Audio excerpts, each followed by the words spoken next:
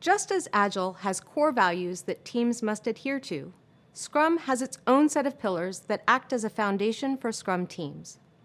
I'll go through the 3 pillars of Scrum in this video. Let's start by looking at the theory behind Scrum so that we can learn the various methods and understand why they're effective. First, what is Scrum? The Scrum Guide defines Scrum as a framework for developing, delivering, and sustaining complex products. That means a team can use Scrum to create valuable products for their users, even when the environment or industry they're in is hard to predict and there are many risks. Scrum uses an iterative and incremental approach.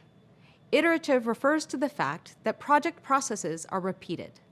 We discussed this a bit in the last module, but as a reminder, iterative means that the project works in time boxes or iterations. Incremental refers to the work being divided into smaller chunks that build on each other. The product is built over time through work done during each iteration. Each of these instances of the product is called an increment. Iterations and increments allow us to keep checking in on our progress throughout the life cycle of the project. This helps us become more predictable and manage the uncertainty in our project. Scrum is founded on a scientific theory called empiricism. This is a fancy word for a simple concept, that true knowledge comes from actual lived experience. The Scrum founders emphasize that we shouldn't try to assume that things will go exactly as planned or try to predict the future in an uncertain world. Instead, if you're using Scrum, you're ensuring that each decision you make in your project is based on real experience and hard data.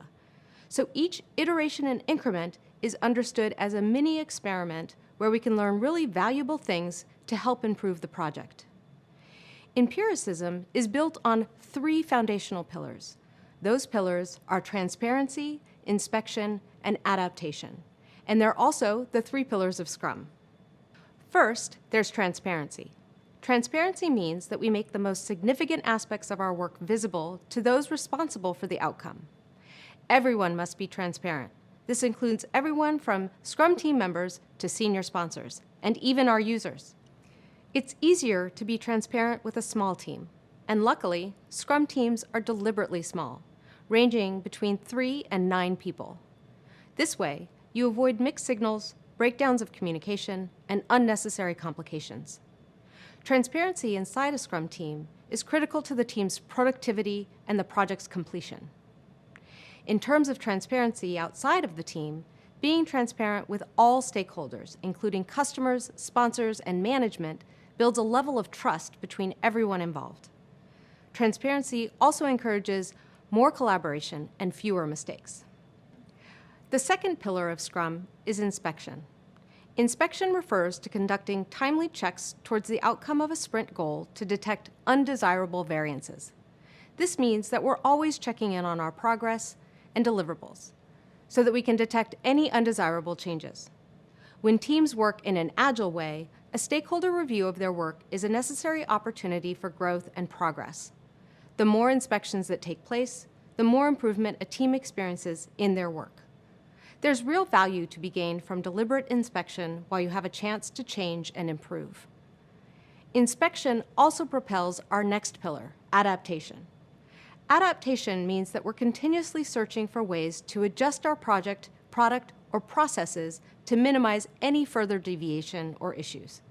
In Scrum, and in Agile as a whole for that matter, we embrace change so that we are always improving. So when we adapt, we change aspects that do not work or could be better.